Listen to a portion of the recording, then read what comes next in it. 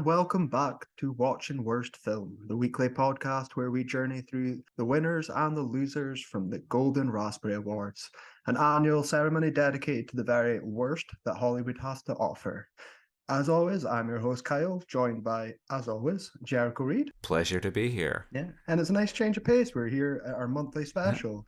So this is our first. We're heading back to 2000, and it's our first because I believe this is the first film we've watched and covered that is not a Razzie-nominated film at all. Well, My Son Hunter, but Oh yes, yeah, yes. But that was a prediction. That was a prediction shout. So this was a forfeit after me correctly predicting the winners from this year's award ceremony. Again, I always say it takes a hack to know a hack, so you need to start getting into my lane and thinking what Mr. Razzie would think like.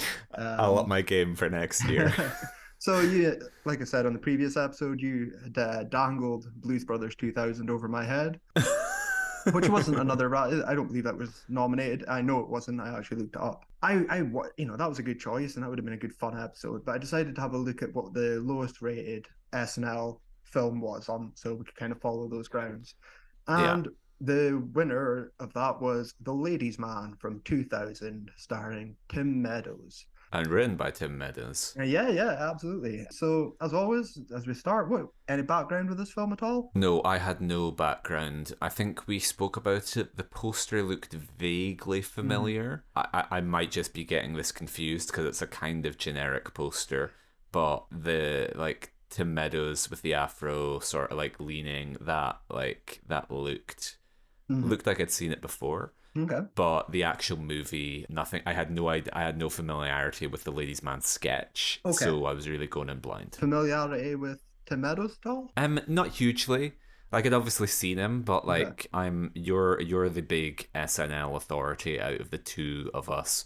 So there are lots of people that I can recognize, but I don't really know by name. So my background, I was unaware of this film. It was one of two SNL three actually, films I've not seen, like under SNL Studios or directly based off a sketch or produced by Lorne Michaels. Yeah. The other was Cheerleader, the 98 film, and Stuart Saves His Family, which is 94, I think, same year as its part. Al Franken vehicle. So anyway, no idea about this. Pervert Al Franken.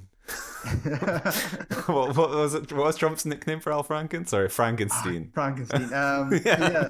And I actually, when I looked it up, it's Pat and Stuart Saves His Family are the only two Razzie nominated SNL films. So. Oh, really? Not bad. Not bad. For old I was Lorne. expecting Night at the Roxbury, which I have seen and is dreadful. I thought that would be getting in there. Obviously, Blues Brothers 2000. Even as a sequel, shitty category or something. Yeah. But anyway, worst John Landis crime against humanity. Well, I'll touch on that a little bit because I've been thinking about it. But I am aware of Tim Meadows. I am aware of the Ladies' Man sketch. I have watched a lot of SNL to my detriment at times. Tim Meadows was the survivor. I think he comes in at 91, 1990 and lasts up until the millennium, which at that time was unprecedented. No one had that kind of longevity on the show, which is fucking ironic now because no one leaves the show anymore and they're all here for 20 years. Tim Meadows though is very much a bit player. He's good. I've always been a fan of him in other things. When he pops up here and there, voiceover work, little cameos, Never Stopping, the pop star film with The Lonely Island. I think he's good fun in that. Oh, I'd completely forgotten he was in that. Yeah. So he pops up. Unbreakable Kimmy Schmidt. He works with Tina Fey there again. And he's definitely a strange one because I think he comes in right at the end where like Dennis Miller's still there and it's Dana Carvey, Phil Hartman, Kevin Nealon, and he lasts up till Will Ferrell, Cherry O'Terry, to Jimmy Fallon. He's got a very fucking broad cast with him. The Ladies' Man sketch, however, sucks. Even when I was visiting, it's a chat show sketch is kind of the laziest go-to for SNL. You get some great rewards out of it. I love the Chris Farley show. I love Sprockets with Myers. There's great ones. But Ladies' Man's like, give Tim Meadows something to do. I looked up the book, what's it called? Live from New York, which is this big bibliography about, the interviews and the history of SNL. There's not a single fucking mention of this film, which is the only one as well. So I tried to do some research on it and came up very little. My only theory is this is directly after him leaving the show and is probably a little reward or a little help, to try and give him something to do. Um, I don't think you're right, Cal. I think this was the hugely popular character, ladies' man, with such a strong premise. The audiences of 2000 demanded more. They were like, Meadows is leaving SNL, but please give us give us a chance to say goodbye to the ladies' man. Leon Phelps, we need one last hurrah. It is the last SNL film from SNL Studios at the time. I think it starts with, well, obviously Wayne's World sets it all off, and you got Coneheads through the 90s, and then there's a 10-year gap until MacGruber, and it's 2010, and then that's it. And MacGruber's obviously a Will Forte, Lonely Island, Jarman, all that vehicle. It's not really SNL produced. This is an SNL production. So I even looking up that, the one thing that surprised me, with a budget of 24 million. So I had read before that Lorne famously would always put up 10 million for a film, because even if it bombed, it's either a tax write-off or a success, or brand awareness. Yes, either it's a Wayne's World or a tax write-off. Either brand awareness, like you said, it's kind of risk-free and whatever. So with 24 million, do you know the returns? If you take a guess, 4 million. 4 million. No, surprisingly, 13.7 million. Okay, yeah, not great. Not great, but compared to the 60,000-80,000 that It's Pat made, it's a fucking rousing success. It didn't recoup its budget. So in my head, Lorne got his 10 million back, and they wrote the rest off. I paid the rest off. Pay Billy Hollywood Evelyn. accounting. And then so that's kind of it. That's all my kind of knowledge of this film. I was thinking as well. My girlfriend was speaking about SNL films. She didn't watch this one with me. She was going to, and she was like, "Oh, because I'm rambling about It's Pat and Night at the Roxbury and Coneheads." So I came up. I've got my top 5 SNL films. This is my little, I guess, standard I was trying to set. This is before going into it as well. So at number 5, I have Blues Brothers 2000. So showing you the fucking standard already. I don't think it's a Razzie nominated film. I enjoy Blues Brothers 2000. It's a dirty rehash. It's too long. It's got Dan Aykroyd's insanity. Famously John Landis had to fight him in the first film and tone down his ideas. But I like it. I like the soundtrack. John Goodman's having great fun. Good fun. Okay. Number 4, I have Wayne's World 1. I don't like what this is implying. Cult classic. Everyone's known it. You've seen it, I believe. I've seen Wayne's World 2. I've seen Wayne's World 1 well, and 2. This is where I was going through it, and then I was like, okay, well, like, fuck, all these are the same film. Number 3, I have Wayne's World 2. I love Wayne's World 2 more. I love Christopher Walken. I love the jokes a lot more. They hit a bit harder. At number 2, I have The Blues Brothers, which is, again, not really an SNL film, completely just taking the cast. And at number 1, I have My Beloved MacGruber, which is one of the stupidest films I've ever seen, and I love it so much, and I laugh so hard. I love Will Forte. So that was my standard. These are my top 5. I'm not going to go into the bottom 5 because the rest are all shit. So without further ado, that was what I was kind of basing this on. I've coming in with an SNL background. I was getting ready. Me and my partner always play I call the SNL drinking game, when we were watching stuff like, again, Popstar Never Stop Stopping. It's an SNL alumni you're gonna be smashed there every 5 minutes, every 5 frames. Trip to the A&E to get your stomach pumped after. It'd be even a Sandman production as well. Something like Jobs for the Boys. You look at like Billy Madison, when you've got like Jim Downey popping up and Farley popping up. Everyone's popping up. Norm's there. Everyone's there. So I was expecting that. I was like, okay, I can at least have my little SNL. Oh, there's Norm. There's fucking Catan or whoever's popping up today. And I said to you before, I was curious to see how many people Tim could wrangle in. He had worked from everyone from Chris Rock and Myers. Exactly, he's the Kevin Bacon of SNL that just stretches across decades. So it's directed by Reginald Hudlin. Hudlin is his name, I believe. Not very prolific director, most famous for House Party from 1990. But I know him as one of the producers of Django Unchained. So that's a huge jump he does later on. He does other things I've never seen. He also produced shit. But that's his claim to fame. So without further ado, here we go. Ladies Man, why do you take us into it? Okay, so as context for this, my notes are going to be extremely chaotic because I was editing the striptease episode the night before watching this, and as anyone who's heard the episode will know, it didn't go smoothly and sort of like crashed and ran over schedule, so I didn't get a huge amount of sleep, and consequently, my ladies' man notes not entirely thorough. No. So my first note is sex ?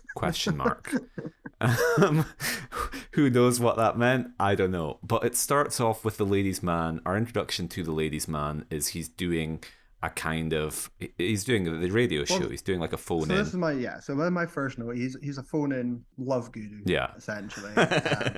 Which, I like this. I immediately perked up at this because I like the Frasier sort of setup to it. Yeah. The phone. Well, you're gonna love it's Pat. I hated I'm glad it isn't the direct sketch. His TV show. I'm glad that it's already stepping away from that. Yeah. And it's kind of referencing that he's washed up or almost, he's now on the radio, not the TV. Yeah. So okay, that was a good start. I was happy with that. My first note on this as well in the opening is his producer is Karen Parsons. Oh, okay, yeah. Which I asked you right away. I was like, that's Hilary Banks from Fresh Prince of Bel-Air. Yeah. Who I've not seen in anything apart from Fresh Prince, but I've recognized her. So I was like, okay, I'm recognizing people, not SNL people. This isn't Tracy Morgan in a wig or something. But I was like, okay, it's at least I know people already. And the cast, when they were firing up on the screen as well, took me by surprise. That's my first note as well. My second note, sorry. We have a strange cast that I did not expect. So I was intrigued in this opening scene. Wasn't ready. I was still dreading it. Again, my standards here, I was thinking this was going to be Coneheads. So at least, again, I don't know. It's a bit like Inchin, I guess, where if I see a nice cast pop up, I'm like, oh, okay, something. Yeah. You've got my attention now, The big one for me was Billy D. Billy D. Williams comes up. He's prominently billed in the cast, and I was like, wow. There's a limit to how bad a film with Billy D. Williams in it can be. Even in 2000? What was he doing around about then? I don't know. Rise of Skywalker I despise, so I guess I've disproved my thesis there. No, for me there was Lee Evans, British comedian, as most famous for I say Mouse Hunt. I say Mouse Hunt as well. Yeah, which I went to see in the cinemas, but it's another thing. I think I saw on a school trip. Yeah. Oh yeah. I can speak about that film for hours. I can't speak about this film for hours, but I didn't expect him. That's why, again, I'm seeing Lando, I'm seeing Lee Evans, I'm not seeing, again, Tracy Morgan, Chris Kattan. Yeah, Dana Carvey. Okay. No, we're not getting. Which Lee Evans is another, like we spoke about how you can date films through certain actors. Like if Jessica Biel is the lead in a film, it probably came out within a year or two of 2007. And Lee Evans is one of those, given that he had like a relatively short career as an actor, I think, or it's about 4 or 5 years, a Hollywood production. I mean, Mouse Hunt's 97. Well, that's what I was gonna say. Was like, I didn't know he had this crossover. Like beyond, I thought it was Mouse Hunt and then kind of done.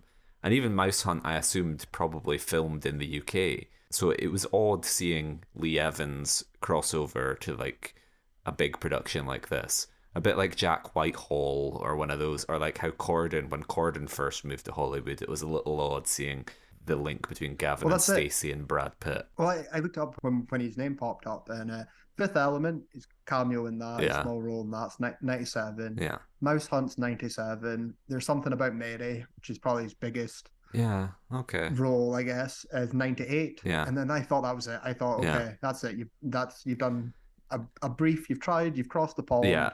You've had a little run for a year or two, and then you're back to sweating. I was just about to say the same thing. You've returned to your comfortable old territory of running around extremely sweaty on stage. So that was the name that popped up for me, and then obviously probably the biggest SNL hitter is Will Ferrell. Yeah, his name's also featured as well. So, but again, he's in Cheerleader, Night at the Roxbury. He's still in SNL at this time as well. He's gonna be here. Yeah. And Lawrence probably forced him to be here. So okay, all right. You've got my attention. So This is your opportunity for your Django quote. If we're speaking of the director, you have my curiosity, but now you have my attention. all leads back to my Django. Yeah. Yeah. So Okay, I can take over again. So my take next over. note is the voice is annoying, which I think I typed to you in the chat. I was like, Hmm. this movie is gonna get real old real fast because within like 3 minutes, the ladies' man's voice was beginning to grate on me.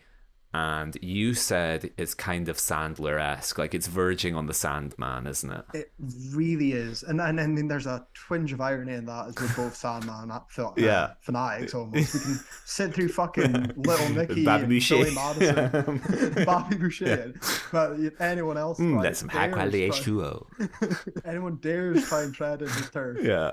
But it almost does. It slips in very close to sort of, I would say like a Billy Madison almost, that earlier twin. I don't know, it's a lilt to his voice. Yeah, it kind of has that lispy kind of like, Yeah. hey, lady, I'm the ladies' man, and yeah. Yeah, Bobby Bush. Yeah, exactly. yeah. It didn't annoy me. I knew you were probably going to pick up on it.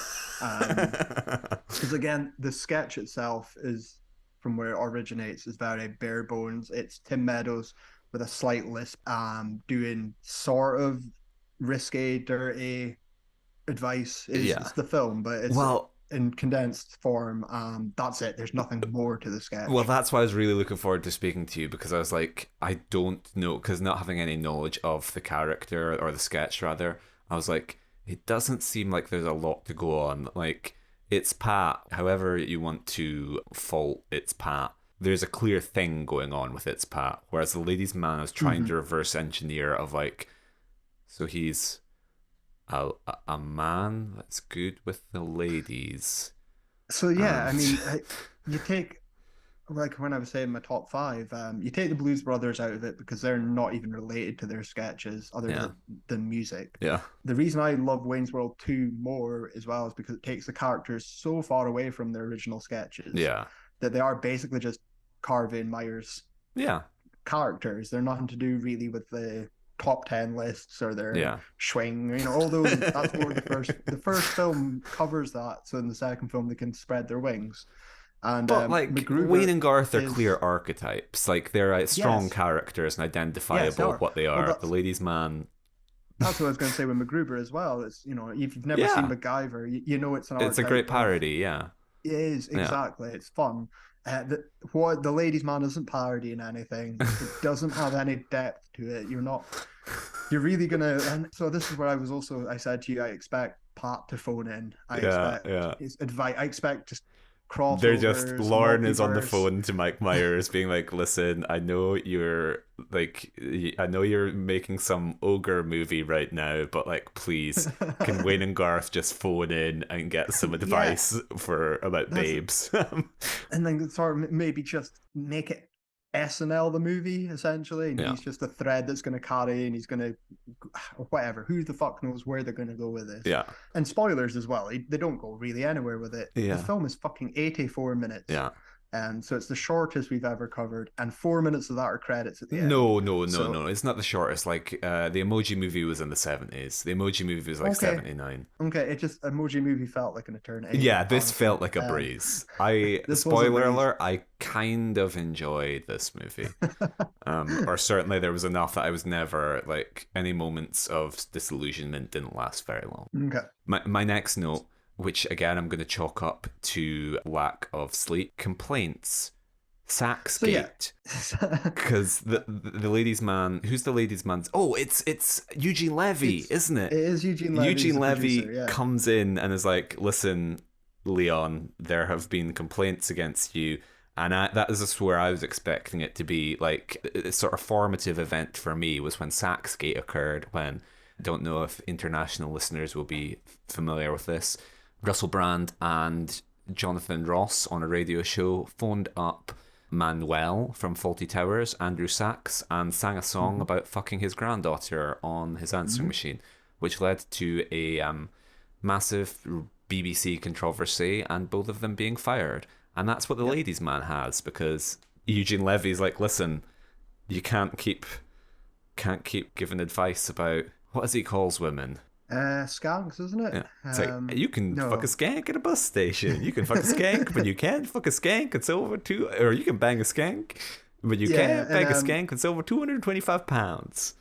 Hillary Banks has her little list. She Yeah. has a little clipboard as well with all their daily complaints. Yeah. Like, but it does seem that, and there's like a little cutaway as well of people enjoying it. I think for when he does a bit more sensual advice to set the scene, Yeah. to try and get them in the mood or whatever, Yeah. and then ends on the punchline of do it in the butt or something like that, and that's like the cut line in Eugene Levy's "You're out." It's like one more complaint and you're out, and yeah, he gets thrown out the building. Yeah. That's him. His Frasier show is over. He's cancelled. Cancel culture comes for the ladies' man 20 years ahead of schedule. I feel like this might be coming across as a failure on our part when it is in fact a failure of the writing. They don't entirely establish, like, it's not super clear what the deal with the ladies' man is. Like, he isn't like obscenely charismatic with women. Like, you don't know. It's not a complete delusion because he is good with women to an extent, but it isn't like he's not a Johnny Bravo type character where he's not No. incompetent, but he clearly does have some unnatural charisma with women, but it doesn't like. Which I could be misremembering as well. I would have to brush up on the original sketches, but he doesn't have much success in the sketches. That's where you'd want to go with it, yeah. Yeah, he's a character out of time. Yeah, he's Johnny Bravo if he's all bravado but can't like follow through, kind of. He's got his waterbed and his afro and his flares. He's literally just the 70s stereotype. Yeah. Thrown into the 90s. Or 2000s or whenever. And it doesn't work, and his advice is terrible, and that's the joke, that's the sketch, and run that for fucking 10 years. But yeah, in the film, he is a lot more successful. Yeah. He is a much more successful ladies He's man. a bit of a prolific Casanova. He is a prolific, he is. And I could be misremembering, but I'm sure in the sketch show, it's got that, like you say, fake bravado. Like, he tells us he's a ladies' man, but then he obviously isn't the fucking ladies' man. He's terrible at this, and that's kind of the joke. That's funny to an extent. Well, I've got a quote here. He describes himself as, "I'm the Mother Teresa of boning," which I don't know how to unpack that with the connotations of charity. But he kind of, like, it's not entirely untrue. He somewhat is the Mother Teresa of boning. And then I have a note here, which is LLLP. I think this might be Billy D. Williams, because the ladies' man, once he gets fired, he goes to his like regular pub, I think, where everybody knows his name. And someone says, "Oh, like, I can't believe they fired you." This is either him or it's Billy D. Someone says, "I can't believe they fired you. Ladies love Leon Phelps." So LLLP is how I'll now refer to him if I can wrap my tongue around it. So yeah, this is where we're introduced to Billy D. Williams, who is the proprietor of a dive bar that the ladies' man attends. Yeah. With his producer, Hillary Banks. Yeah. I got a nice little pop here as well because one of the regular patrons is Jill Talley, who I know from Mr. Show, and I think she did voiceover in SpongeBob and other things. Yeah. But I Mr. Show's in my head, and I'm not seeing SNL prime cuts. I'm seeing Mr. Show cast members, but I'm okay with that. Yeah. So yeah, I don't. This is my first confusion as well, as I didn't understand why Hillary Banks, his producer, hung around with him, or went out for drinks to his dive bar with him. I didn't get it at all. It was never established. That relationship is like so weird, and it just relies on your knowledge of tropes and generic conventions. Because you're like, okay, clearly she's his money penny. Clearly she's the his girl Friday that he's gonna fall in love with and settle down with. But like, their relationship isn't clear at all. Because like, they're destined to end up together, but they have no chemistry or connection in the film at all. I liked how, as well, I guessed this in my head watching it. I was like, Billy D. Williams is not leaving this fucking set. Billy D. Williams did one day of shooting. He's in one day shooting, and I'm not coming behind that bar. I'm coming away from behind that bar. head up. I'm not even going to wear pants today. You know, like The Harrison Ford just turning up in a Harrison t-shirt. Ford. My costume is what I roll out of bed in. Yeah. Absolutely. My next note, I think it occurs here. The ladies' man, indecent exposure, because we have the Pulp Fiction shot of like he gets his cock out in the bar, doesn't he? Yes, yeah, he does. Yes, it's the briefcase. It's the magical, and it's when he's it's a fantasy though, isn't it? He's trying to talk about how he seduces women, and at Oh first yeah. he lights their cigarette, and Yeah. then moves and moves, and then eventually he shows them the goods. I think that's like the end of his fantasy, Yeah. and it literally, well, he doesn't, unfortunately Tim Meadows doesn't hang dong in this film, but it's the Pulp Fiction. Yeah. The light comes out, it's golden, and then she's awe-inspired. I can't smile out of this as well, because then it cuts to the reality of it, Yeah. and he's struggling with the lighter. Yeah. And it's the opposite of smooth. I like that, and that was probably more in line with the sketch. I was like, okay, he's shit at this. He isn't successful. It's all in his head that he's the ladies' man. But no, the woman genuinely is like, okay, come with me. Yeah. Fuck it. Like, come on, let's go fuck. Like, Yeah. you'll do almost. This isn't quite fixing the ladies' man, but maybe what we can pitch is a revival for the ladies' man in 2023 of like Manosphere ladies' man, where he becomes like a pickup artist and he's running seminars like My Beloved, Magnolia by Paul Thomas Anderson. He's like a Frank TJ Mackey type ladies' man, teaching how to tame the cock with giving his like, yeah, I want him to be running seminars. I want incels to be learning from the ladies' man. I think he 2000, he was before his time. He was a pioneer, but ladies' man in the manosphere landscape of 2023, he would fit right in. Okay, so do you have anything between now and Lee Evans' wife? No, nothing. So the ladies' man sleeps with Lee Evans' wife. He does. That is the one he picks up in the bar as well. Yeah, it's just like, you'll do. And like, there's no don't need to do your whole shtick. Like, yeah, you got me. Let's go. So yeah, you want to go walk us through Lee Evans? So Lee Evans, again, this is like you mentioning the sort of fantasy scene. I don't know how clear it was because I was on the verge of sleep when I was watching this. So my recollection of the ladies' man isn't perhaps as clear as it could be. But Lee Evans walks in on the ladies' man inside his wife. And yeah, so she's right in the ladies' man. And he tries to barge in, and the latch is on, so he can't just get in. And she tries to stall him by just making conversation and talking shit, basically. Yeah. The punchline of this little scene is when he's like, "Is there someone in there with you?" And she's orgasmically saying, "Yes." That's meant to be your punchline. That's meant to be the joke, I think. But Lee Evans gets in. The ladies' man escapes out the window, butt naked. Yeah. Lee Evans catches a glimpse of his arse, which has a tattoo on it. He remembers the tattoo. I don't know how the fuck he's seen that tattoo from the distance either. Like, that's some good fucking vision.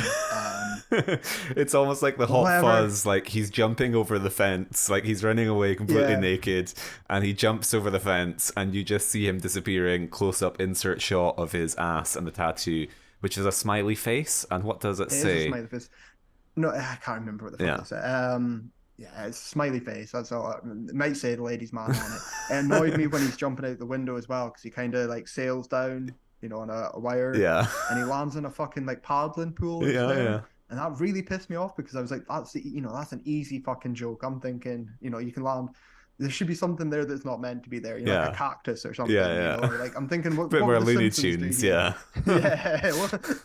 What would Homer go into? There's got to be like a brick wall that's just been built or something. Yeah. But no, it's lazy as fuck. So yeah, that's kind of our introduction to Lee Evans, who isn't going to hang around too much. He's going to become quite secondary and non-important. My very next note is suicide after being cuckolded by ladies' man, because he very nearly doesn't hang about at all, or he does hang about, pun intended, because he basically, the next time we see him, he is killing himself. He's wrecked the flat as well. Apart from the TV's been knocked over. He looks like he's living in a crack den. For the space of an hour, he has went to fucking town on this set. um, So the ladies' man is hanging himself. Not the ladies' man, sorry. Lee Evans. Lee Evans is hanging himself.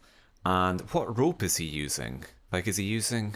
Again, it feels like there's maybe a missed opportunity for more jokes here, because it's confusing, because they're like, hang on, why is he in a crack den now? And what is he hanging himself with? It looks like a nice rope. It's not your classic suicide rope. Yeah, I can't remember what the rope was. I only remember. That's why I was wanting you to walk me through this scene, because it feels like a fever dream when I watch this. And well, it almost literally was a dream for me. So and again, I did think that as well, because he's hanging himself from the ceiling fan. The ceiling fan, that classic maneuver. And I was like, okay, and I'm expecting it to be like a fucking bungee rope or something, and he's gonna be jumping off the chair and bouncing up or something, or there's going to be, there's going to be physical comedian Lee Evans will be doing a bit of shtick. Exactly, but he's not, and he doesn't. So again, continue through me, because I just want to make sure I got this correct and I interpreted this correctly. I honestly cannot remember. Okay. He's hanging himself, and then someone. Does it break? I can't remember what my brain is filling in. Here's where my brain went into. And again, I should have went back and replayed it. The ceiling breaks because he's doing it on the fan. As it always does. It crumples down, and in the crash landing, the TV turns on, or hits channel, and it changes to like softcore late night pornography. And so you're with me, and I couldn't understand, and they didn't explain. And maybe this is my problem. If he was aroused by the pornography, or if it was like a David Carradine situation, and he, that the hanging had got to him, where he was asphyxiation, erection, or if it was pornography, or if it was a combination of the two, but he decides to start jacking off there and then after his moment of suicide as well. Wow. It was a fucking whiplash, and then at that exact moment, and despite trash in the apartment, despite the suicide, he decides to come home at this exact moment, and she's mortified at this, that he's jacking it, not the suicide or the trashing. And I just thought, what the fuck's going on here? I'm okay with this if it continues to get this fucking bizarre and weird. But it doesn't follow up on it. It doesn't really, again, it wasn't easily, if you just, I don't know what the fuck was going on here, and I thought my brain was melting for a second. I thought, okay, what the actual fuck's going to go on? In my defense, I do kind of become like more coherent. Like the ladies' man sort of like wakes me up, and by the end of the ladies' man, I was feeling rejuvenated and awake. But at this early stage, I was definitely a little bit groggy and whatever. Probably missed more stuff than I should. But my notes do become more coherent. But I didn't think that he actually was jacking it. I somehow missed that. Okay, well, he definitely puts his hands down his pants. I thought, to break you down with how I saw it. Okay. Hanging, fan fall, wreckage, TV somehow goes on, and then she comes home and just misreads the situation as like, oh, there's porn on and you've got a rope around your neck. I assume this is what you're doing. But and that's a logical one. That's a logical answer. But I'm sure it's infinitely more interesting. I'm sure he puts his hands down his pants. Yeah. I'm sure, I don't know, because then otherwise you could just turn around and be like, look, nothing's going on here, It was I was just trashing the place. Who gives a fuck? You cheated on me with the ladies, man. Fuck you. I didn't understand. And then it's cut and it's over. And can a man not touch himself in the privacy of his own home without being ashamed? Yeah, no. Yeah, so we then have, my next note is Mrs. Robinson. So we don't have a Casablanca quote at any point in this movie, but the ladies' man does say, "You're trying to seduce me, aren't you, Mrs. Robinson?" Mm-hmm. There we go. And that's to Hilary Banks. Oh, of course, yeah. In there's a little misunderstanding because she's trying to take him home because he's very drunk. Yeah. I could be wrong here. I could be misremembering already. Yeah, she's trying to take him home to his love boat, which doesn't have enough sight gags as well. I'm expecting, I don't know if it's going to be like a full like, rotate in bed or something. I'm expecting, I don't know what I'm trying to think. There's a reference in my head. It's one of those like 70s bachelor pads. It's so fucking bland. You pointed out it looked like the cocktail boat. But I was just expecting, I don't know, like a Zap Brannigan or something, from, like some sort of big jokes. There's going to be a lot of physical jokes and like gags coming up here, but it's not. It misses a lot of obvious jokes. But yeah, that's So basically though, Hilary Banks is like, I'm going to get you back on the air. I'll still be your producer for some fucking reason because, I don't know, she likes him for some weird reason. So I don't have any notes up until the interviews. Do you have any? So my note is the VSA. So you don't have anything on the VSA, or have I just skipped over everything? The VSA, I don't know if it's before or after. My only two note is before is when he's getting interviewed for all the radio other jobs. Oh yeah, that's a funny bit. And again, it doesn't really matter what fucking scenes come first. Yeah.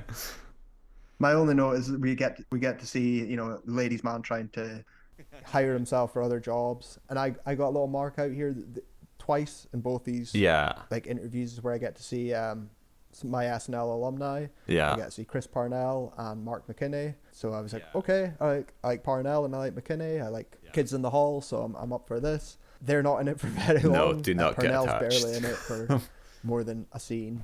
I believe McKinney is the one that's in charge of the religious. Yeah, he's the one that, I believe it could be misremembering already, but he's the one that's in charge of like the religious radio station. Yeah. That gives the ladies' man a shot after being convinced. And easy joke. He gets one fucking day on it and he's interviewing and done. Getting on your knees for the Lord and all those kinds of blah blah. innuendos. He's lowest bottom of the barrel and he's sitting there trying to contain himself and for the Lord, yes, feeling the pleasure, exactly. Taking all of God in you. And that raised a smile out of me. You could have done more. Again, this is where I always think. I think you enjoyed Ladies Man more, maybe in your sleep deprived state, but there's so much missed opportunities here. So many little things. I'm like, oh, you just do something with this. But anyway, I think after, and again, this doesn't really matter, but this is after when we get to see the VSA members. It might be a victim of expectation, because I went in expecting the lowest rated SNL film. So anything that made me laugh at all, I was like, this is more than I expect. This was better than I expected. So that might be key, where you're looking at it from like, these SNL people are hilarious. Why are they struggling? Why are they missing these easy targets? But I'm not saying Tim Meadows is the best writer either. I'm not saying he's the fucking geniuses. I want to say as well, for the record, this is not the worst SNL film. This shouldn't be the lowest rated. Already at this point, I've probably at least smiled, if not laughed, a couple of times. I've chuckled. It's me picking on it, and it's because I think I'm smiling that I am going to be a bit harsher. If I was Coneheads in my way through it, or Night at the Roxbury where I'm just miserable, then it's different.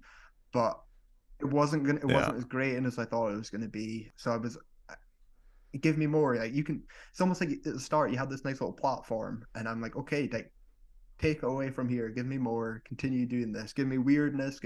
Let's get into it. Let's get funky, like Ladies Man would say. Well, this is the perfect segue, because the weirdness and what I like, the thing I probably most adore about the Ladies Man is the VSA, the victims of the smiling ass. And so how is it that Lee Evans finds out about them? It's a newspaper, isn't it, or something, like a column, like, have you seen this tattoo or whatever? Yes, or no, it's on the internet as well. I think he's. Oh yeah, it's a website. Yeah, sorry. And it's a proper 1999 website, which got a smile out of me as well. Yeah. So rotating gifs. Yeah, it's the tattoo, the smiley face, and he goes to a meeting, and it's a male support group, kind of like Fight Club, that kind of thing. Mm-hmm. And so they are the victims of the smiling ass, the men who have been cuckolded by the Ladies Man, and they've somehow all had the exact same experience, where they don't know anything about him apart from he has the smiling ass tattoo.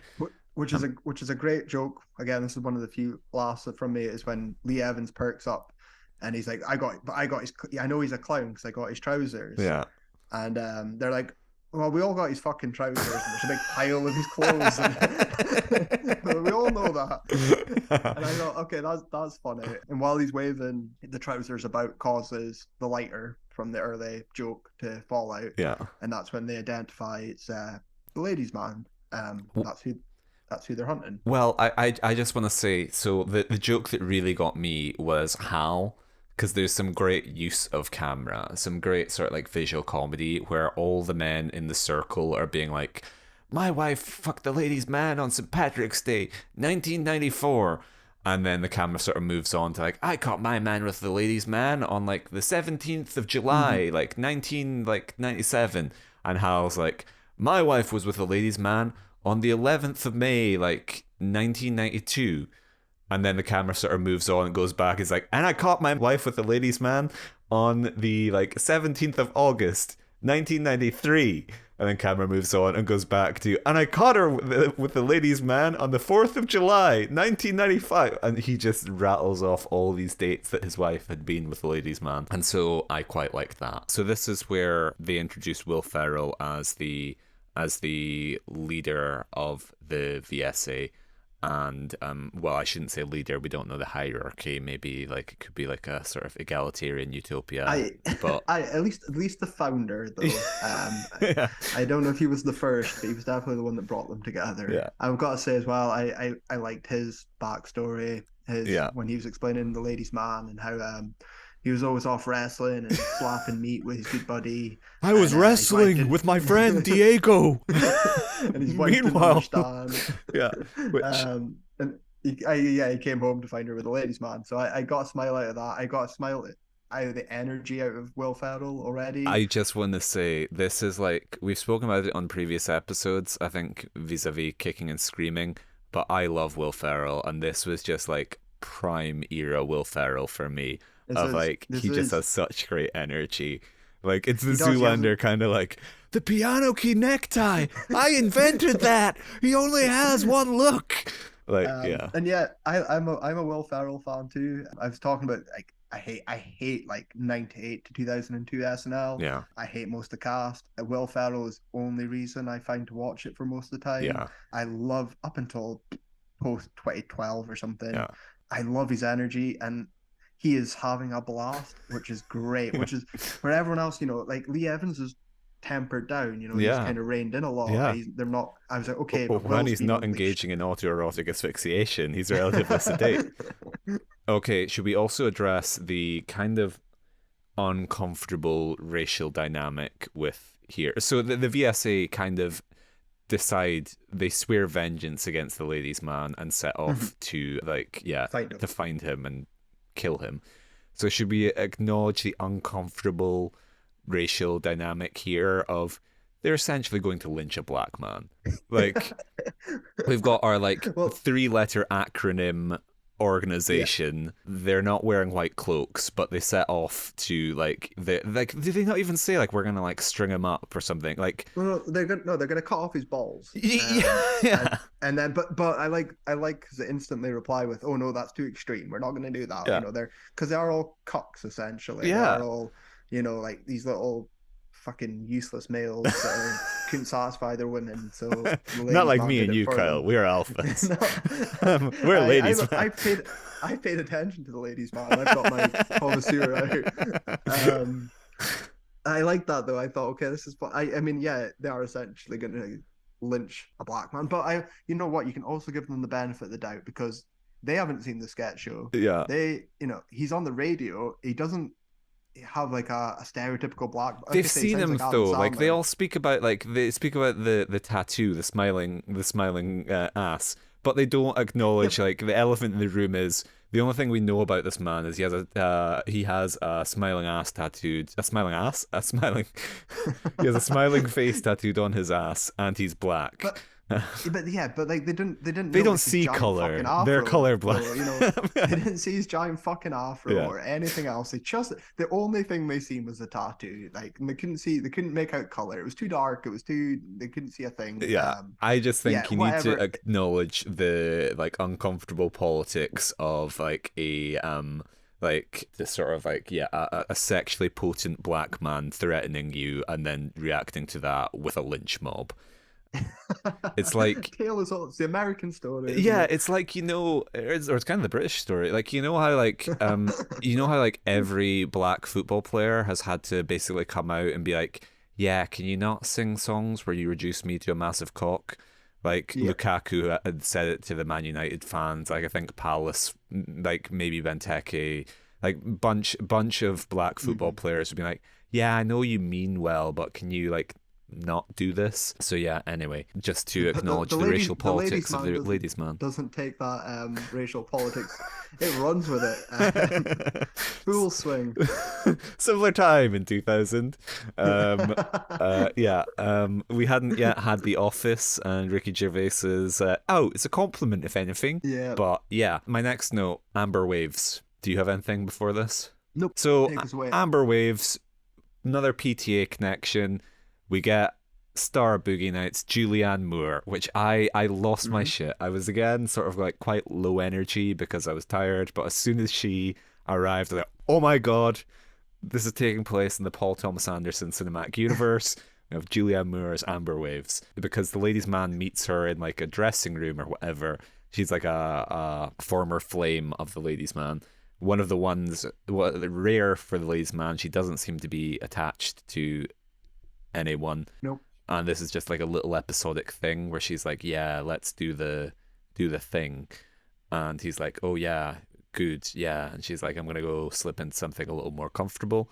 Goes behind like, what do you call those little partition curtain, walls? little Yeah. chain- yeah, There's a partition curtains fancy to French change. word, I think. But anyway, Yeah. she goes behind one of those, comes out in full terrifying clown get up. Yep. And references like, what do you mean? This is like the last time. And the ladies' man's Well, like, oh.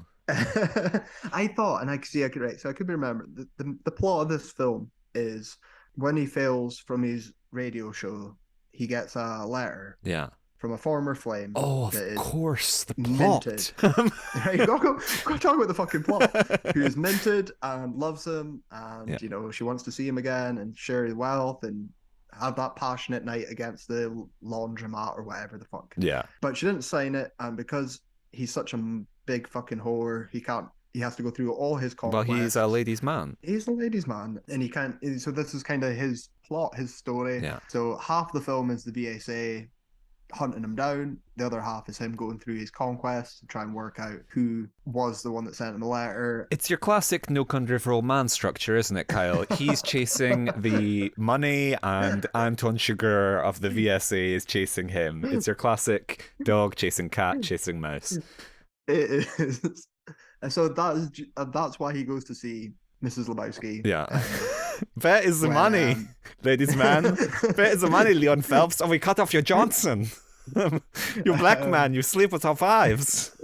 He does go see someone before as well, who I can't remember the character, I can't remember the actor, which was a scene I like when he just fucking waltzes in as well into her house, gets ready to pour himself his fucking cognac or whatever, and he's just this is a nice house, we're gonna live here now. Yeah. I like that for a moment, but yeah, that Julianne Moore is just one of his previous conquests, and he's trying to work out if she's the one that sent him the letter. Yeah. So the minute she gets into her clown get up is when it clicks for him that this isn't the one. Yeah. This is not the one that wrote the fucking letter. So that's all Julianne Moore's there for. She's just there for this one little throwaway, cutaway, gag, an excuse to give her I don't know. But yeah, I popped for her as well. I marked out. I thought this is good fun. Happy to see her here. Yeah, this is maybe the bone thrown by Lauren of like, listen, like, I'm sorry, like, Dana and Mike aren't interested, but we have got you. Julianne Moore has like half an hour free in her schedule, so do with that what you will. It's the Billy D. Williams thing, you know. Again, like you said, it's one day of shooting. I'm here. I get to dress like a clown. Yeah. I get Yeah. a small. I get a Screen Guild actor's paycheck for the day, and I get whatever. It's fun, yeah. Yeah, it's fun. Like, and maybe she's you know, especially if you're in New York or wherever they're filming. It is New York. It definitely is New York because No, Lauren's actually, not gonna. no. I looked this up. So like they filmed in Chicago and also Toronto because like Oh, everywhere. Toronto is New film York, New yeah. York. Yeah. Because when there's a later scene where the VSA are dancing through office buildings or apartment buildings or whatever, and before at the end seeing sort of like it was in Canada, I was like, is this where Patrick Bateman, like it looked familiar where Patrick Bateman has his Yeah. breakdown at the end of American Psycho, you know, with the ATM, feed me a cat, Mhm. and when he shoots the door attendant and everything, which was filmed in Toronto's financial district. And Yeah. so, like, I don't know, I need to look, like, all these buildings kind of look the same.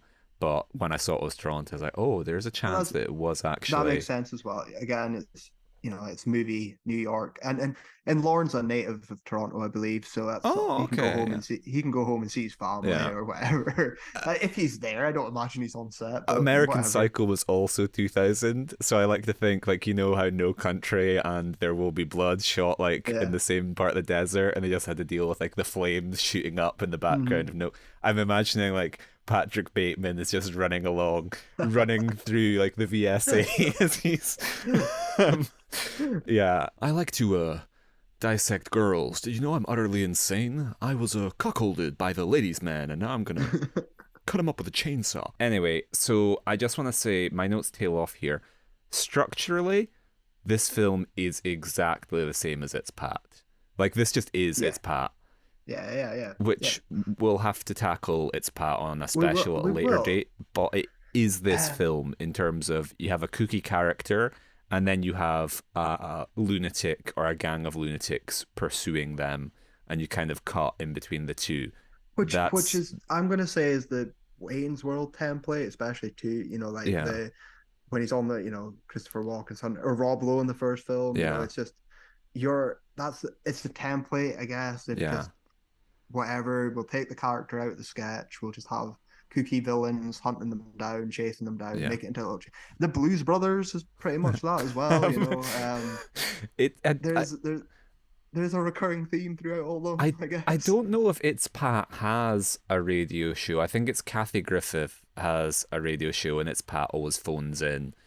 And so you've got that media through line of the Yeah. Ladies Man radio show, it's Pat radio show, Wayne and Garth's like TV show. Mm-hmm. We should write an SNL film. We easily easy days. Yeah. And like that's what I'm saying. Like a lot of them, again, when they bleed into each other, there's again, that's why I'm saying like I get annoyed almost at the missed opportunities. Yeah. Because, Ladies Man isn't an easy one to make a fucking feature length out of. I'm yeah. not saying that, but like you could make it better. you were pitching to me your SNLCU of you just wanted more crossovers, didn't you? Well, I mean, right, so like I don't I don't think SNL films are easy to do. I don't think sketch translates to film You need a unless you kind of super good and also kind of like you need like a flexible character who can you really move do. as you put them in different. That's why like Alan Um Partridge sort of has been successful because there's no like he's not yeah, one joke. yes. And unless you're gonna have like a lot of like intervening characters or different, Yeah. dress if it's gonna be I don't know, how to explain it, like the anomalies are Wayne's World really Yeah. in terms of breaking the rules, and Yeah. the Blues Brothers barely count because it's just music and fun and chase. So I don't think it's easy, but like you could just take the bare bones, kind of like what this film's done, but just take the essence or something, the image of a character, and then run with it, do something with it, develop it, throw it into a new world. MacGruber. That's why I love MacGruber sketches are 30 seconds long. They're so short. Yeah. One joke played through, but the film doesn't until the very end doesn't use that joke. Yeah. Takes the character out and makes him bigger and Yeah. stupider, and that's why I love MacGruber so much. It gives them supporting cast, it gives them a plot, it gives them something that's fun. You could do something like that with this, and it doesn't. It just sticks to it's safe. This is a safe SNL film. Yeah. I don't know if that's because of Cheerleader and Night at the A Rock. safe Roxbury. SNL film in which a lynch mob led by a man who is engaging in autoerotic asphyxiation pursues the ladies' man with the intent of castrating him. Just very safe, very pedestrian. Yeah. So if we're you were pitching your SNLCU, which you have the crossovers with It's Pat and the church lady and whatever, but my one for me is I want the continuing adventures of the ladies' man, because he says at one point, I think, the fault of the Wang, and I was like, that could have been a great subtitle for this movie, like ladies' man, the fault of the Wang. And then at a later point when he's confronted by the VSA, he says, you can't blame the Wang. And in my head, ladies' man is going to become like kind of like, I don't know, like a Bruce Lee series maybe meets like Star Wars, where it's going to be like Ladies' Man, The Fault of the Wang, Ladies' Man 2, You Can't Blame the Wang, Ladies' Man 3, The Wang's Redemption.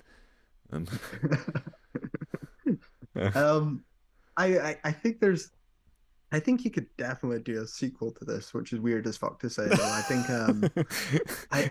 just thinking back everything we've said, he's such a strong character that you really can't tackle everything in one film or even two. I think you could do one though, like if you, because the potential's there with time as well. Yeah. You know, like to do a modern one. Yeah. To have an older, like in his 60s, Tim Meadows, still do it. You know, there's potential to kind of subvert it a little bit. Would we give him like a daughter, like he's had a daughter through a one night stand, he tracks him down and he teaches her how to be the ladies' lady? No, I think I don't know, because something I never touched on in this film, when he's explaining his origin tale about how he grew up in the Playboy Mansion. Yeah. And he was raised by Hugh Hefner. Which I just totally fucking forgot all that. They do the Moses River basket thing of he was just, washed downstream and landed at Godfather 2. I want to see like the Playboy years and then the later years where he's, you know, the lady Godfather. There's stuff you could do, or there's more here I think than It's Pat and definitely Night at the Roxbury. I think there's more notes you can go, because the character's so, he doesn't really have like a, you know, like a fucking trademark. He's nothing, basically. He is nothing. He's Tim Meadows in a wig doing a funny voice. There's room to do stuff with it. Yeah. So like, but when I say it plays it safe, that's kind of my biggest disappointment. You know, I kind of want that Dan Aykroyd cocaine energy and going to get a bit crazy, and it's sometimes lacking. But anyway, the VSA stuff was really good fun. I like when they go to the Lando's bar as well. Yeah. To find him. I thought it was a great fun scene. Yeah. And Tim Meadows has to sneak out. Yeah, and then gets caught. Yeah, he gets caught, doesn't he? I thought he just barely got away or whatever. They find out his name. They find out the ladies' man is called Leon Phelps. That's what it helps. Because my only other note, and it's all in this fucking Cheers bar, this Lando's bar, is when Hilary Banks, this is way before, I believe, is setting up a meeting with her ex-fiance. Oh yeah, so much bullshit in this movie. This is a bullshit scene as well. So he comes in and he's like, oh, you know, there's a reason I left you. You know, you're a fucking idiot. Yeah. Look at this fucking fool you're with. Well, I wasted my time. I only did this out of courtesy. And then fucking he's leaving, and I think it's Jill from Mr. Show is like, oh, you know, you could never satisfy a woman. You never finish the job. And he's like, I'll fucking show you. I can do anything. Tim Meadows is like, well, you'll eat this, I can't remember, the fucking street food or something. Can't even remember what the fuck it is. It's something gross anyway. Yeah. It's like, I'm from the ghetto. I can eat this, and it kind of devolves into an eating competition. Yeah, there's a kind of like weird jerky, pickled eggs, and whatever. It's that kind of like gross bar food. Shrimp. Yeah. And it leads up to the final is where the dude eats shit. A very Sandman joke as well. A very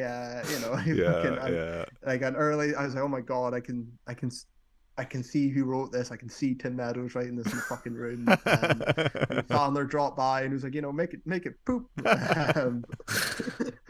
But it served no purpose. Yeah, it's not. It's padding out the runtime here. For sure. We're flown through this because there isn't much else to say about this fucking movie. Well, yeah, to make up for our like 3-hour long epic on Striptease, and once again, apologies if anyone actually listened to that. An episode which I essentially gave up editing halfway through. Apologies if you made it through that. We'll now reward you with an episode, which is realistically, this is also probably going to be pretty long, but we've only got maybe 5 minutes worth of stuff to say about The Ladies Man, because it's a very pacey, direct chase film. It has a lot of momentum, and so to channel that, the VSA track down The Ladies Man. The VSA, the thing that really, the weirdness, which I was speaking about earlier, that really endeared me to the VSA, is they do like sort of West Side Story choreography of they're all Which dancing and sort of like singing like we're off to kill the ladies man or whatever. And they've all got like crowbars and like which I absolutely fucking love that. I don't know if that's to slightly temper the like, if we don't like undercut them, then this just becomes a lynch mob. So I don't know if we have to have them all holding hands and singing just so people don't think about this too much. But either way, it's great. They're all kind of skipping and dancing. And that's like, I just love the sort of weirder male camaraderie of the VSA. And they eventually catch the ladies' man. And they're about to give him the old William Wallace hung, drawn, and quartered treatment. And he's like, no, your ladies love you. Like, that's basically it, isn't it? That saves them. Well, so at first they're not gonna kill him. They're gonna, Will Ferrell's gonna wrestle him. They talk him down. So they have this. They talk him down into having a wrestling. Greco-Roman wrestling. Great, Greco-Roman, and it's great. It's Will Ferrell. Would you like some oil? He's all oiled up, and he's insisting make it easy for yourself. Go on all these fucking anal jokes are sprinkled throughout, but I don't know what you're talking about, Kyle. It's wrestling. And I like this because he's all getting ready to wrestle, and Leon Phelps just takes him down with one punch, which I thought was great. I thought that's funny, and he's just walking away like casually. He's like, "Okay, I see you." Trial by combat done. I'm out here. And that's when Lee Evans pulls a gun on him. Yeah, fuck yeah. And he's like, I'm gonna just kill you. Fuck this. Like, you're all stupid. Enough dancing and singing. Let's get into business. Leon Phelps does his speech about how he's good for these cocks. Listen, your ladies love you. They just can't sexually satisfy them. So that's it. He gets with Hilary Banks. No. Like, we need to. I don't think we can gloss over this as quickly, because he does give them all a little personal like things that their women have said to him. Yeah. How he's like, they love you, and like, oh, she loves how like caring you are, or like she's always talking like, because this is where he has like an impressive memory where like.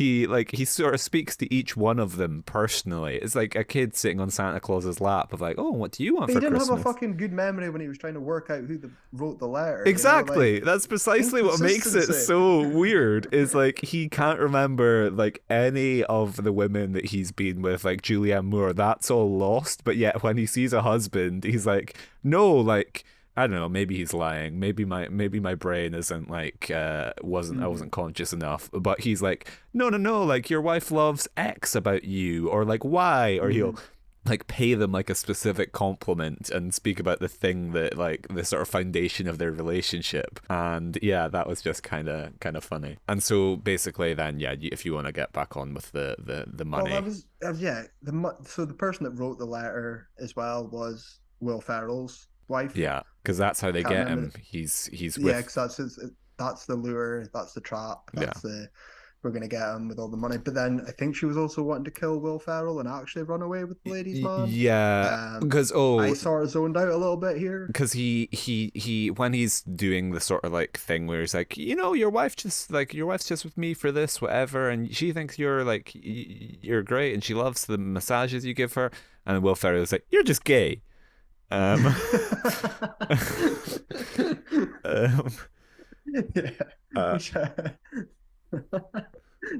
Which again 2000s SNL.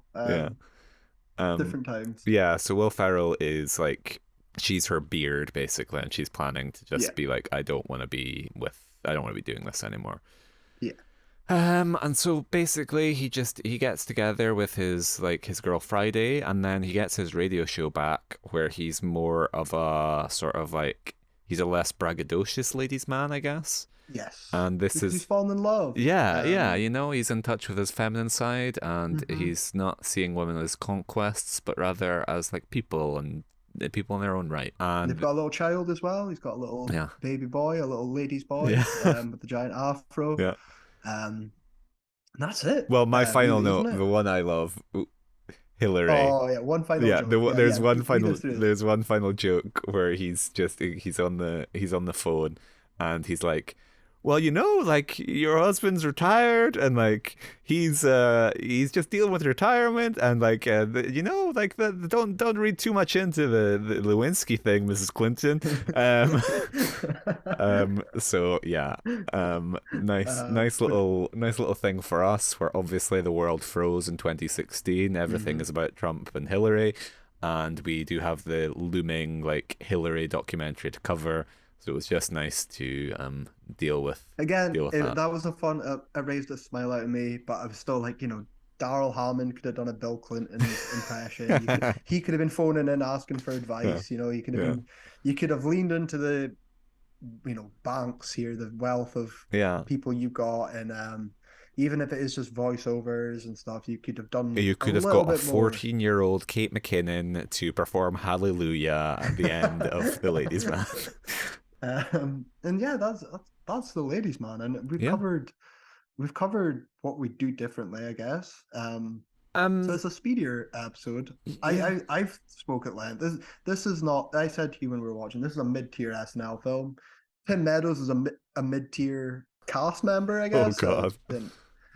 In the grand scheme of things, I guess he doesn't hit the high highs. He never hits low lows. Yeah. He's perfectly adequate. Which is fine. Yeah, not every movie needs to be the best movie ever. Not every there's a lot to be said for being like a stable supporting player. I don't think this is the like I said, I don't think this deserves to be the lowest rated SNL film. So this doesn't crack your top 5. It doesn't crack my top 5. Okay. It cracks my top 5. It cracks my top 4 probably. What is your top 4? Wayne's World, it's Pat. Wayne's World 2, MacGruber. No, sorry. Ladies Man, then MacGruber. Okay. Jesus Christ. You like this over Wayne's World? No. No, I don't. So yeah, like I don't know, if we were to speak about smallest fixes, it's hard because like he is like it's his vehicle. But Tim Meadows, if you had like a better Ladies Man, then this is probably like a better movie. I mean, I thought that as well. I did. Will Ferrell in the lead role would have been fun to see. Yeah. He does get outshot. I mean, that's the thing I do understand as well, is you don't have SNL cast members around him because he spent 10 years being outshined by people. Yeah. Maybe don't do that in his vehicle feature film. Maybe that's a bad idea. So like that was a big risk, but Will Ferrell does blow him out the water. If Lee Evans was unleashed a bit more and got to do more physical comedy, be a bit, because he's a waste. Regardless of people's feelings on him, he's got that manic energy, and if he brought half of Mouse Hunt energy to this would have been more fun. If he was the lead VCSA guy and Will Ferrell was the lead, then there's a funnier film in here. But yeah, I mean everything else is fine. It's perfectly adequate. Yeah, it's quick. It's it's not insulting. Yeah, it never drags. There is some genuine laughs, and when something, it's almost like a good episode of SNL was, even when there's shit sketches, the best ones are when they're short and you just move on. And okay, like I'm not dragging this out. We're not having an extended like Night of the Roxbury where I'm just dreading it and I just want it to be over. Yeah. So like that's a lot of good things about this as well. Yeah. No, I had a doesn't deserve a Razzie. It didn't get Razzie, so fair fucking play. Yeah, this isn't Razzie worthy in any way, shape, or form. I had a fun time with it, which maybe is partly to do with my expectations regarding like what I was expecting for this being the lowest ranked SNL film. Being the lowest one, was Schneider. Like I was expecting like The Hot Chick. I was expecting Juice Bigelow. I was expecting like Nick Swardson or David Spade. I was expecting just like one of like the lesser Sandler or Sandman Entourage films where they are just unwatchable. Yeah. And this was I mean, that was the exact same for me. I expected a lot worse. Yeah. So, you know, and although I've kind of egged on it a bit harder than you, I was a massive surprise, like pleasant surprise. Yeah. In terms of, oh shit, that's not the worst. Yeah. That was fine. That was easy. Maybe if we watched it in person together, I could have even enjoyed it more. I could feel like I feel like these SNL films would have been easier. If I was awake and giving you a little something to work with in the chat, then yeah, there would have been something easier, like compared to, you know, like you say, some of the especially early 2000s. Yeah.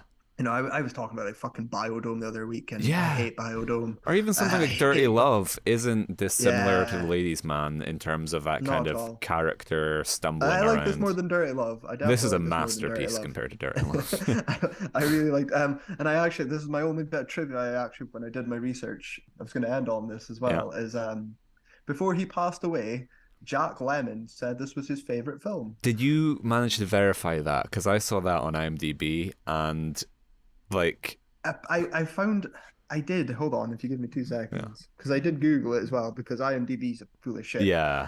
And I believe, right, and this is where my joke comes in. I believe it was referring to the 1961 film. Oh, Ladies' Man. Oh, starring Jack Lemmon. Because I found an interview on it. It's in a book. Yeah. It's in a book. I found it, and in the book I was reading it. It was like 98, I'm gonna say, or something, right? Yeah. And I was like, how could he fucking predict the film? Yeah. 2 years. No. His favorite film was his own film that he did fucking 40 years earlier. Yeah. Well, Jack Lemmon is of course famous for his headstone, which just has Jack Lemmon in, like Jack Lemmon in the ground. But yeah, so yeah, I don't know, cracking us up till the very end. Yeah, good old Jack. Yeah, no, that was great. I hope he added that trivia himself, because that's hilarious. Yeah. I could see Lauren getting excited and putting it on the DVD, Blu-ray, 4K box or whatever. Where's our 4K restoration of The Ladies' Man? But yeah, no, like it was fine. I think when we ever tackle SNL films again, it will be the Razzie nominated ones. Yeah. It's Pat and Stuart Saves His Family. Yeah. Were the only ones I could see. I didn't actually have too deep a look, but they're the only ones, quick glance, that were nominated for anything. And I've already moaned that Coneheads escaped, and Blues Brothers 2000 escaped. So, you know, you're quite limited then. I don't know if MacGruber's going to pop up, but I'll pop off if it does. I'll be furious. So yeah, no, like it's fine. I don't recommend it. I don't actively disrecommend it or whatever. Yeah. Just, I don't. If you watch fine, it, then the VSA scenes are a fun time. Like you're not gonna have the world's worst time with The Ladies' Man. It's don't like go out your way, but yeah. I would say it's like how I would recommend watching most SNL to people is watch the best bits on YouTube. Yeah. You know, to watch the funny bits. You don't have to sit through. Watch Kate McKinnon singing Hallelujah at the piano on YouTube. We're gonna have to cover that now, to be honest. What, do you have something next after this? Well, we're going to be staying on a similar kind of path next week when we will be returning to the Razzies with 2017. I might be wrong with that, but around about that time period. No, hang on. 2018. Mr. Black. Yeah. Okay, we're going to be returning to the Razzies with 2017's, 2018's, 2019's, Holmes and Watson. So, I've seen that film. And it of course stars Will Ferrell. So back to back Will Ferrell. Yeah, so we're gonna be keeping up with that. And as I gave like a little sort of eulogized him earlier and how much I loved him in this film, you'll be able to compare and contrast and see just how much Will Ferrell's charm has worn off. But well, I haven't seen it, so my bar is Ladies' Man. Yeah. So like, you know, he can impress me. I mean, I love Will Ferrell. I have no interest in watching this. Yeah. I hope I like Step Brothers though, so I think that's a problem. I think that's you know, like I shouldn't have any expectation. I should have had Ladies' Man's expectations, but again, I know it's notoriously bad, so it could surprise me. I'm open. My prediction is it might. Like, I'm not expecting, like, I did not enjoy watching it the first time, but now that maybe I've just seen more bad films since then, there are a couple of... More of a connoisseur. Yeah, exactly. Yeah, my palate is slightly developed. There are, like, at least... There's, like, 3 bits. Like, 90% of Holmes and Watson is like soul-ending stuff, and then there are just 3 really funny bits. So if you cling really tightly to those, yeah. Well, I mean, I think for a comedy to give me 3 laughs, it's a passing or a bottom grade pass mark for me. You know, it's a scraping it, but like 3 laughs is my minimum. Yeah. To enjoy a comedy. So let's see if it can hit that. Yeah. 3 is all not much to ask for. I'm looking forward to it. Yeah. And where can we find us? So join us next week for that, and you can find us on social media where we are Watching Worst, and you can email us with any comments, questions, any input you have regarding Holmes and Watson or The Ladies' Man at watchingworstfilms@gmail.com. Excellent. See you later, guys. Bye.